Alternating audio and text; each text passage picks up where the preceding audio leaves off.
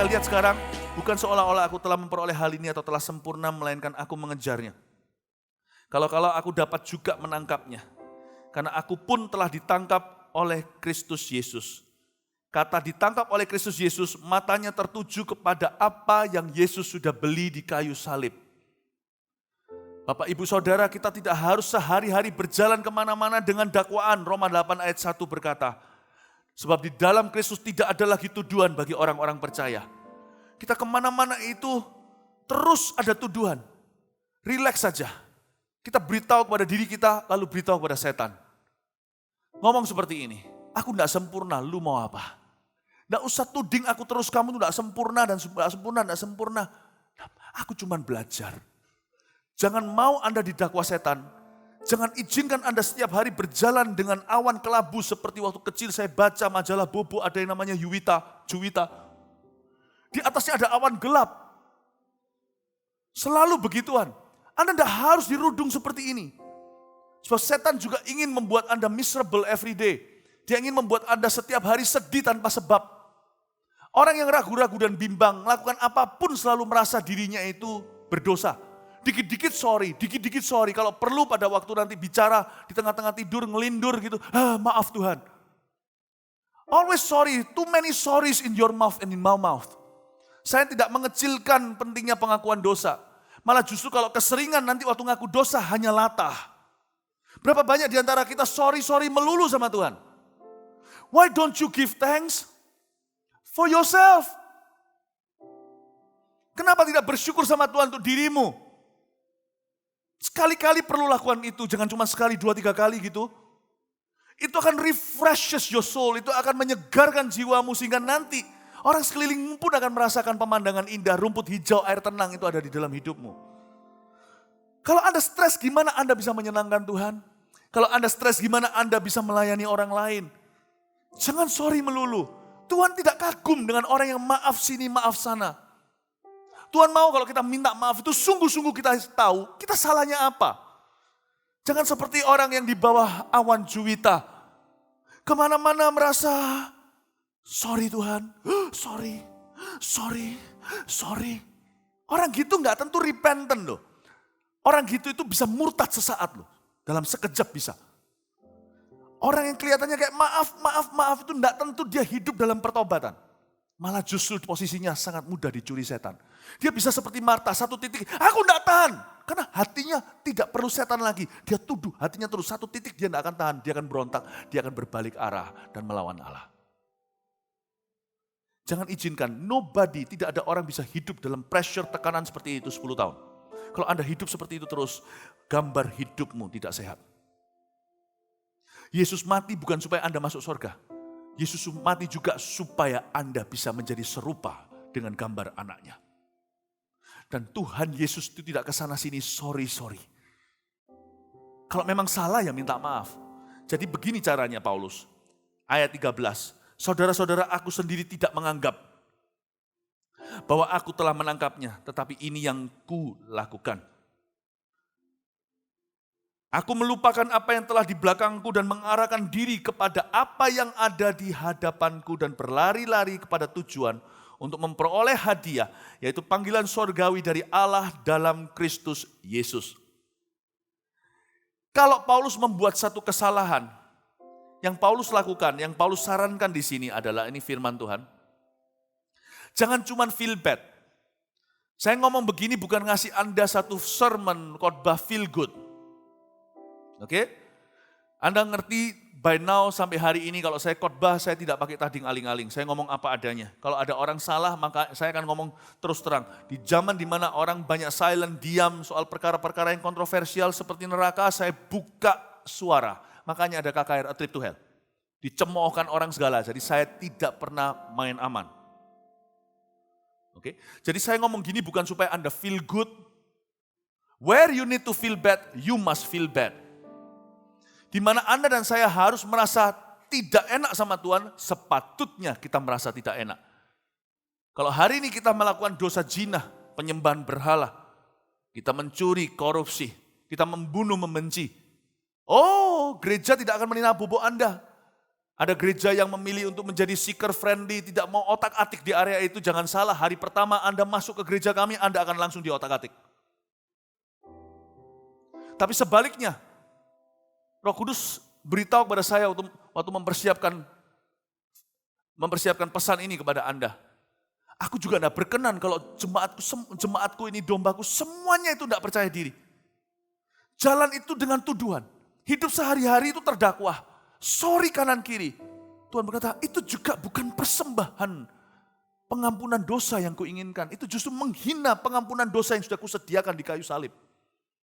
Bahwa aku Yesus, bahwa putraku sudah kukorbankan, mereka masih harus tiap hari sembelih hewan, dipersembahkan kayak orang Israel tiap hari dan tidak bisa menghapus, mencuci hati nuraninya yang penuh dengan kesalahan.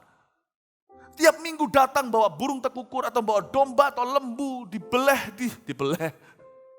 disembelih, bahasa apa itu? Disembelih, dipersembahkan, dikorbankan. Lalu terus repeat jadi kelatahan. Jadi keharusan. Itukah korban penghapus dosa yang kuinginkan? Ada ayatnya di Ibrani kan? Korban penghapus dosa dan korban bakaran tidak aku kehendaki. Yang kukehendaki adalah tubuh. Inilah aku melakukan kehendakmu. Bagus kan? Tuhan juga gak mau. Sebaliknya Anda selalu merasa tertuduh dan bersalah, itu mendukakan hati Allah. Seolah-olah gak percaya Yesus sudah berkorban untuk Anda dan saya. Jadi saya harus tunjukkan salahnya. Orang yang rasa aman datang ke gereja gak terjadi apa-apa, padahal dia simpen dosa, dia sengaja. Semoga kena templak. Tapi orang yang selama ini merasa dia suci karena dia selalu minta maaf, semoga Anda juga kena templak.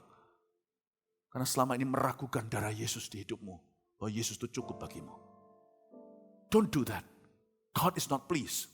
Allah tidak berkenan dengan cara begitu. Allah tidak ingin korban bakaran daripadamu. Dia tidak kepingin korban sembelihan.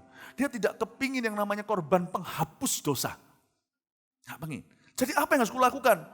Where you need to feel bad, you should feel bad. Di area mana Anda harusnya merasa nggak enak sama Tuhan, Anda sepatutnya nggak enak sama Tuhan, jangan berhenti di situ. Kalau ada area yang Tuhan sadarkan, Roh Kudus dan Firman sadarkan, baik lewat suara hati atau teguran teman atau tiba-tiba sadar sendiri atau gimana. Kalau Anda tahu area itu Tuhan kejar, maka yang Anda lakukan jangan cuma berhenti sampai merasa nggak enak. Bawalah ke hadirat Tuhan. Admit your sin. Don't just feel bad, admit your sin. Jangan cuma merasa gak enak, merasa tertuduh, datang ke Tuhan, ngomong terang-terangan, Tuhan aku berdosa ini, ampuni aku, dan tinggalkan dosamu. Setelah kita berdoa minta maaf itu, ninggalkan itu perlu berapa waktu? Kalau orang ditinggal meninggal itu ada 40 harian. Kalau bayi lahir ada manje 1 bulanan, ya kan? Budaya Tionghoa contohnya. Nah kalau kita sudah minta maaf sama satu dosa, contohnya kita lakukan ini kemarin. Kita minta maaf hari ini. Tunggu berapa lama sampai kita feeling bersih? Ayo. Biasanya manusia terpancing untuk membuktikan diri. Tuhan, aku minta ampun. Dia gak bisa merasa bersih langsung. Karena dia merasa harus membuktikan diri. Lalu dia terpaksa mengucapkan janji, aku gak lakukan lagi. Lalu habis itu minggu depan, tidak sampai minggu depan, besok atau lusa langsung lakukan lagi. Semakin terpuruk dia, memang aku itu begitu.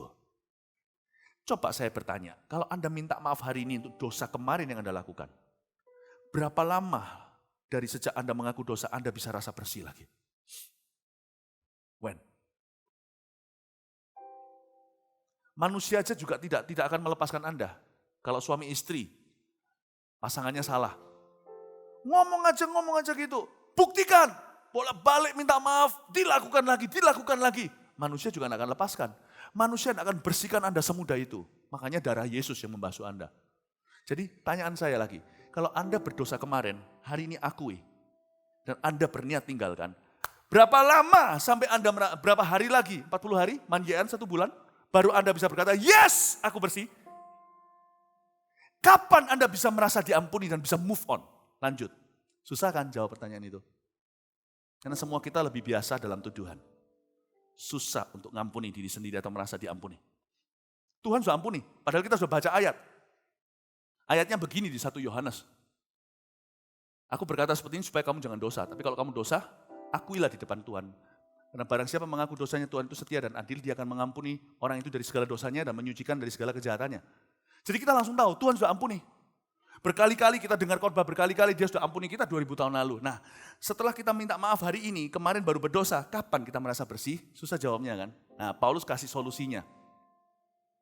Kalau kita janji itu bukan solusi, bahaya, itu jebakan. Atau kalau kita lihat dulu, ya nantilah, lihat lagi lah, wait and see. Jadi jalannya nggak mantap, gampang jatuhnya. Kalau kita salah kuda-kuda, ujungnya silatnya salah kaprah. Jadi gimana dong, celaka dong. Aku merasa bersih di sini, dunia aja nggak mau lepaskan aku, kok enak gitu aja. Aku merasa bersih di sini, aku sendiri nggak bisa lepaskan diriku. Masa cuman begitu? Dalam hati kita tahu, kok enaknya, kok gampangnya, cuman sorry ya, bye-bye, udah nggak terjadi sesuatu. Udah diampuni, ye. Jangan-jangan nanti otak kita main trik menjebak diri sendiri. Kalau gitu dosa aja besok minta maaf lagi. Besok lusa. Susah ini gimana move on-nya.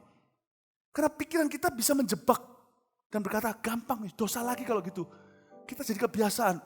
Ternyata gak apa-apa. Ayo dosa lagi besok lusa minta maaf. Lalu kita di dalam hati kecil khawatir. Oh gini terus kapan aku bebasnya? Tapi kalau aku tunggu sampai kapan? Lalu tunggu sambil jalan. Waktu setan datang.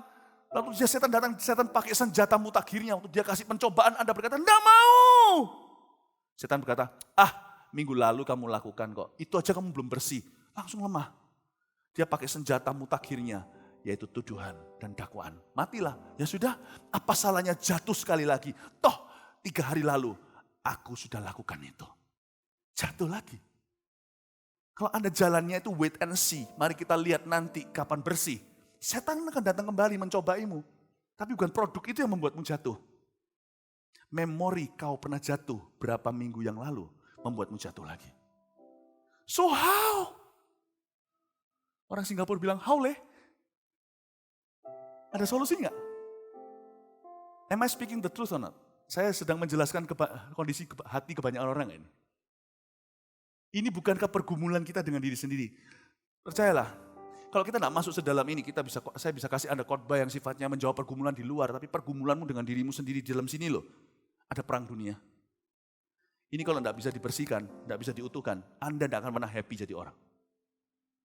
Oke, saya beritahu ya, Paulus, saya baca sekali lagi. Ini solusinya.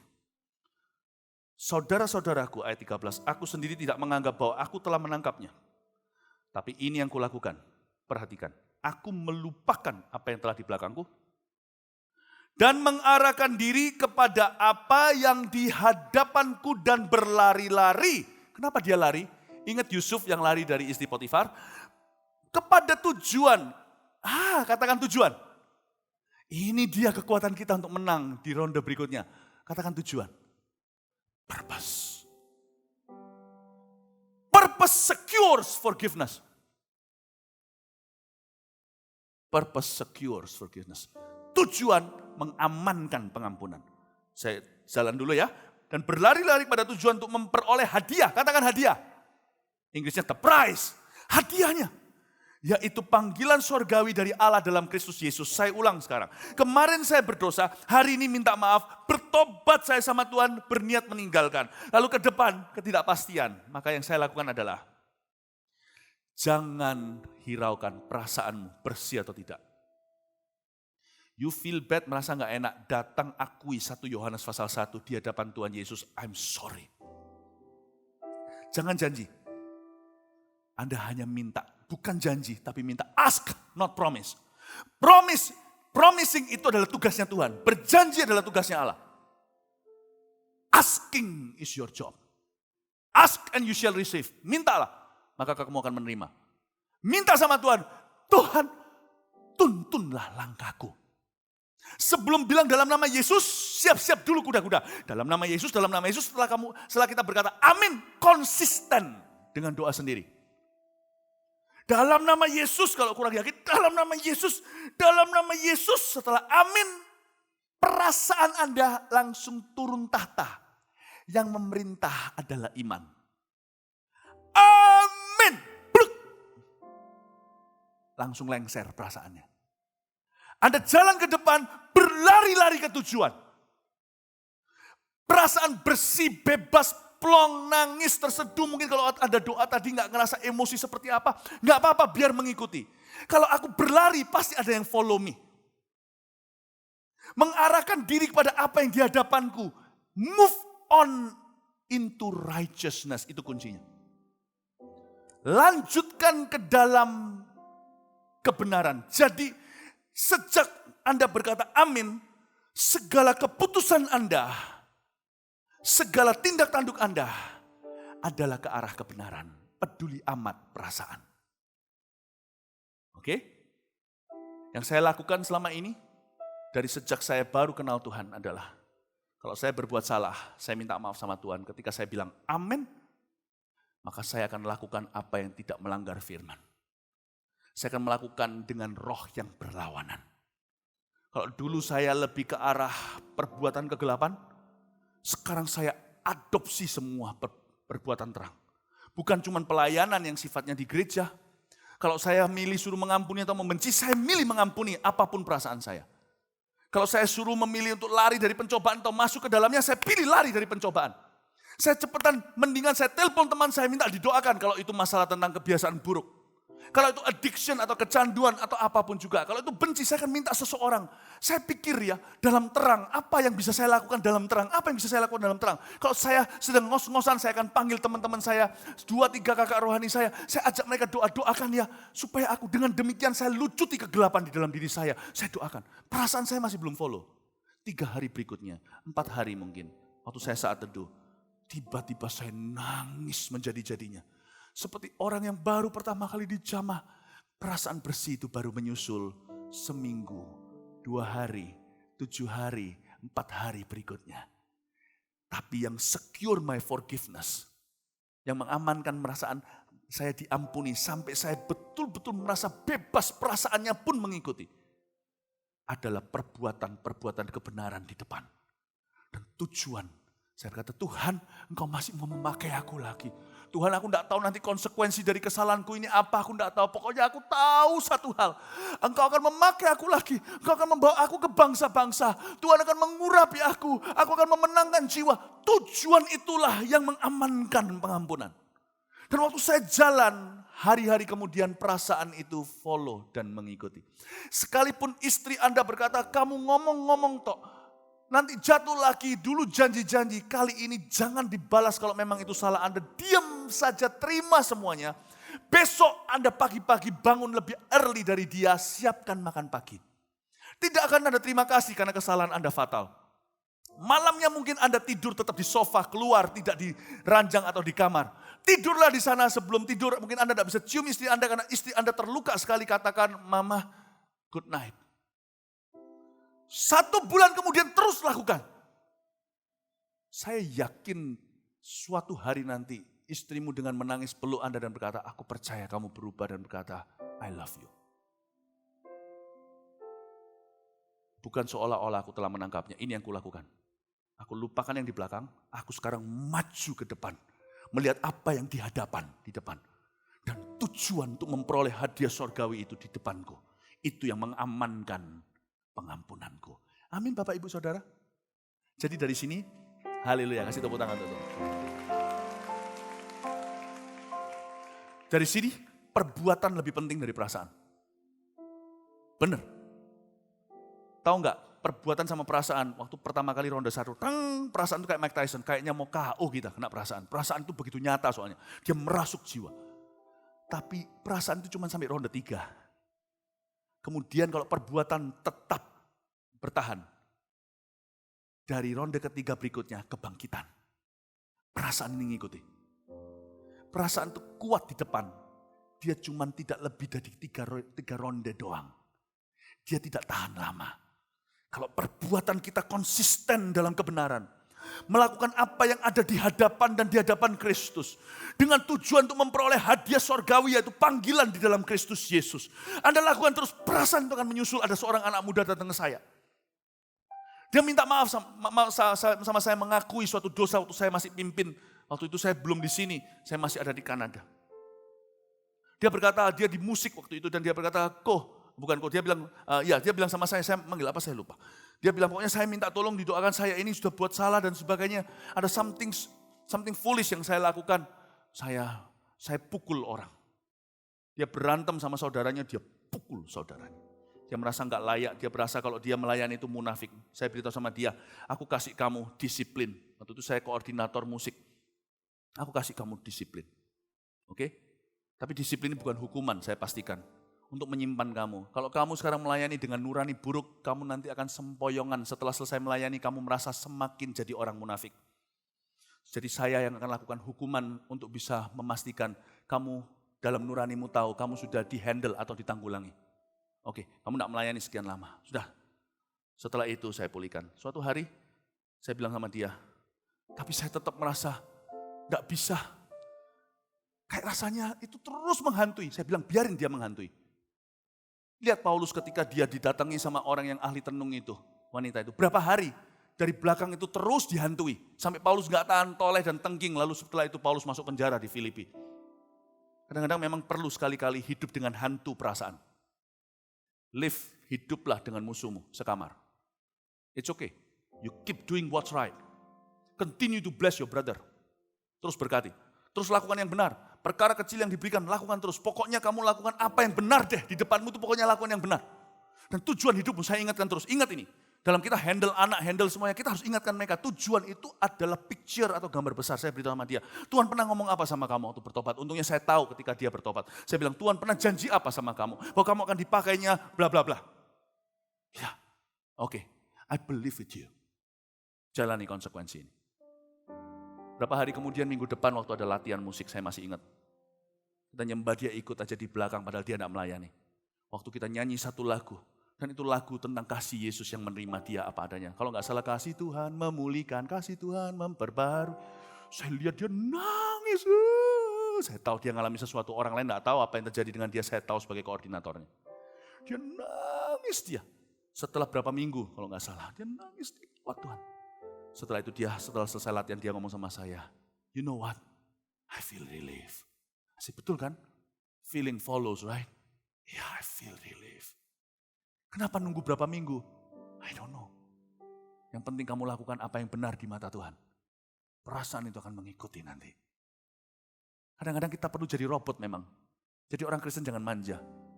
Sometimes, even though feelings could feel like the greatest sometimes, kadang-kadang perasaan rasa seperti yang terbesar. Dia pasti bisa jadi si bungsu yang datang kemudian. Jangan tunggu, jangan biarkan hidupmu didikte oleh emosi. Lakukan apa yang kamu tahu menjadi kehendak Tuhan, saya beritahu sama dia. Lakukan itu, nanti perasaan 1001 akan mengikutimu. Karena itu jangan cuma feel bad, merasa buruk kalau melakukan sesuatu yang buruk di hadapan Tuhan. Bawa datang ke hadapan Tuhan, selesaikan dalam doa, tutup pintu di belakangmu. Atau kalau datang ke gereja, jangan gubriskan kanan kiri. Ngobrol sama Tuhan, 2 jam itu cukup waktu loh ibadah. Untuk Anda mulai dari sini, biarkan pengumuman, enggak apa-apa lah, Anda lihat warta nanti. Anda bisa bersekutu dengan Tuhan, ngomong sama Tuhan, aku enggak mau meninggalkan gereja hari ini, I need you. Aku mungkin enggak perlu di altar call, mungkin aku malu. Atau mungkin enggak ada kesempatan enggak di altar call meskipun aku siap. Aku mau 2 jam nih, aku enggak mau meninggalkan pintu gereja ini sebelum aku merasa Engkau sudah mengampuni dan menerima aku. Nanti doa berkat selesai, amin, pulang dengan damai sejahtera, go home. Membawa amin, mulai sekarang, sampai minggu depan aku datang gereja lagi, minggu depan lagi, aku mau melakukan yang benar, feelingnya akan mengikuti. Kalau sekarang ada perasaannya kembali, Anda merasa bersih, puji Tuhan. Kalau enggak, jangan peduli. Perasaan harus nurut sama perbuatan. Bukan seolah-olah aku sudah sempurna, tapi aku sudah ditangkap oleh Kristus, statusku sudah aman. Tapi ini yang kulakukan, aku lupakan yang lalu. Berlari-lari. Kenapa lari? Kalau Paulus gampang buat dia, perasaannya semua ada. Dia tentunya sudah berjalan-jalan. Dia lari, karena semua perasaan menentang dia. Paulus mengalami semua emosi negatif. Karena saya yakin dari semua orang, Paulus itu adalah orang yang paling perfeksionis. Paulus itu orangnya seperti itu. Tapi hari ini dia menang atas dirinya sendiri. Dia menang atas pergumulannya. Dia punya rasa aman yang tinggi sama Tuhan. Paulus adalah orang yang hidupnya oleh iman dan imannya oleh perbuatan, bukan oleh perasaan. Makanya Paulus mengalami kemenangan-kemenangan luar biasa. Paulus itu aman dirinya patut kita pelajari. Karena dia punya prinsip yang sekarang kita setelah unlock, kita telah buka kuncinya. Kita sekarang mengerti bagaimana Paulus hidup dan menanggulangi emosinya. Bagi Paulus, perbuatannya jauh lebih penting dari perasaannya. dan perasaannya akan mengikuti. Tangkap ini kunci kemenanganmu di hari-hari kemudian untuk memulihkan segala sesuatu dan untuk menang dalam segala perkara. Pastikan whatever you feel today, do what is pleasing to the Lord. Apapun yang kau rasakan hari ini, lakukan apa yang menyenangkan hati Tuhan. Lakukan apa yang benar. Mari kita semua bangkit berdiri. Puji Tuhan.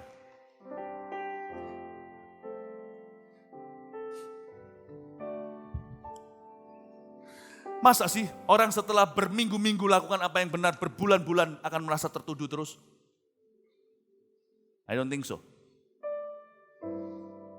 Antara hari Anda minta maaf, sampai Anda tidak tertuduh lagi. Bisa minggu atau bulan atau cuman hari. Tapi kalau Anda berlari pada tujuan, satu waktu tujuan itu akan pergi. Karena perbuatan berbicara. Suatu waktu, tujuan itu akan pergi. Karena perbuatan itu berbicara. Allah akan meneguhkan Anda. Tuhan akan kirim orang dan berkata kepada Anda, good job. Kamu sudah setia. Tuhan tidak akan membiarkan kita terus berjalan dalam dakwah. Emangnya Tuhan gak tahu sih Tuhan itu berurusan dengan siapa? Makanya Paulus berkata, aku berbuat kalau aku bisa menangkapnya. Tapi aku sudah ditangkap oleh Kristus. Ini yang kulakukan, aku lupakan yang lalu mengarah pada tujuan. Masa Tuhan gak tahu dia berurusan dengan siapa? Ketika Bapa mengadopsi kita karena darah Yesus, masa Bapa gak tahu siapa yang diadopsinya? Waktu Yesus menikahi gerejanya, dia tahu gerejanya tidak sempurna. Waktu Yesus ajarkan kepada murid-muridnya, kalau doa gini ya, Bapa kami di dalam sorga. Bukan Bapak Yesus di dalam sorga, Bapak kami. Masa Yesus gak tahu apa yang sedang dia adopsi ketika dia menerima murid-murid itu dalam keluarga kerajaan Allah? Yesus sedang mengkoleksi orang-orang bermasalah. You know perfectly well that I'm not perfect. You know what you're entering when you enter a relationship with me. Engkau tahu jelas bahwa aku bukan sempurna. Engkau tahu sangat-sangat jelas engkau sedang memasuki hubungan seperti apa ketika engkau menerima saya. Tolong tangkap ini dengan benar, bukan disalahguna. Kadang-kadang yang membuat saya bisa tertawa waktu saya salah dan berkata, ya salah lagi. Adalah pengertian ini. Makanya ayat tadi berkata gini kan, aku mau supaya pengertianmu sampai ini dilanjutkan. Dan jikalau ada hal lain, Tuhan akan nyatakan kepadamu. Ini cara berpikirnya. Jangan salah ya, jangan disalahguna ya. Oke, Pastor Philip bilang, oke kita salah, kita bisa happy ya. No. Kadang-kadang kalau saya belum salah, saya tegang. Saya akan lakukan yang terbaik. Tapi kalau sudah salah, ya sudah. Saya kadang-kadang ketawa dan berkata, Tuhan, bukan aku itu kurang ajar, tapi tidakkah Tuhan tahu bahwa waktu 27 tahun lalu engkau menjadikan aku anakmu, aku lahir baru. Tidakkah kau tahu bahwa aku pasti akan membuat kesalahan-kesalahan. So forgive me already. Aku tidak bermaksud Tuhan. Tolong aku. Forgive me. Yang membuat saya bisa relief tenang adalah saya terima diri sendiri. Tuhan pun tahu. Paling tidak saya sepakat dengan Tuhan. Tuhan sepakat dengan saya satu hal. Dia tahu bahwa saya ini debu. Karena saya bisa ketawa dan berkata, Philip, you make another mistake. Saya bisa tertawa tidak tertuduh. Meskipun menyesal di hati, saya berkata. Tapi kan Tuhan sudah tahu. Kalau aku memang pandai membuat kesalahan. Tuhan, ampuni aku ya. I'm so sorry. I'm not perfect yet. Bukan seolah-olah aku sudah sempurna atau aku bisa menangkapnya. Tapi engkau sudah menangkap aku. Berarti engkau tahu. Engkau dapat produk sampah seperti saya ini engkau tahu. Ya sudah Tuhan. Aku masalahmu. I'm your problem. You've adopted me, you adopting a problem. Kau mengadopsi saya, engkau mengadopsi masalah. Ya sudah Tuhan, kau harus konsekuen jadi Tuhan. Ampuni aku. Dan tolong aku berbuat yang benar setelah ini. Bukan berkata, ya sudah ampuni aku supaya besok aku bisa berbuat dosa. Tidak ya, aku pukul-pukul dada. Saya berkata, ampuni saya. So that tomorrow, besok aku akan melakukan apa yang benar. Apapun perasaanku, I'll do what's right. Help me God, tolong aku. Beri kekuatan yang baru. belajar untuk tersenyum atas ketidaksempurnaanmu. Bisa nggak? Belajar tertawa. Ya ampun, nasiku sudah menjadi bubur. Buburnya makan, sebelum makan doa. Terima kasih untuk bubur ini. Dulu Tuhan buka restoran, kita salah masak nasi, menanaknya terlalu lama, jadi bubur. Buka porridge house. Buka warung bubur, buka malam hari, tengah malam kalau perlu. Surabaya jarang. Learn to love at your imperfection. Tapi satu hal saya akan menolak, saya tidak mau jalan sehari-hari di bawah gelembung juwita. Lalu setan bertatar berkata, kamu. Saya beritahu sama setan, Tuhan tahu kok kamu mau protes-protes sama Tuhan. Tuhan waktu Tuhan adopsi saya, Tuhan tahu Tuhan mengadopsi masalah. Talk to him, not to me. Bicara ke dia, jangan ke saya. Aku mau hidup happy hari ini. Kalau aku salah, biar Tuhan hukum aku, biar Tuhan yang akan sesah aku. Aku mau belajar. Tapi aku tidak akan hukum diriku sendiri karena aku punya tugas baru. Yaitu berbuat kebenaran. Menghukum diri bukanlah kebenaran. Bisa nggak punya gambar hidup seperti ini? Kalau bisa, Anda akan mudah saling menerima kelemahan satu sama lain. Orang yang bisa mengasihi dirinya sendiri, bisa mengasihi orang lain. Saya berdoa setiap hati di tempat ini sembuh dari dakwah. Haleluya.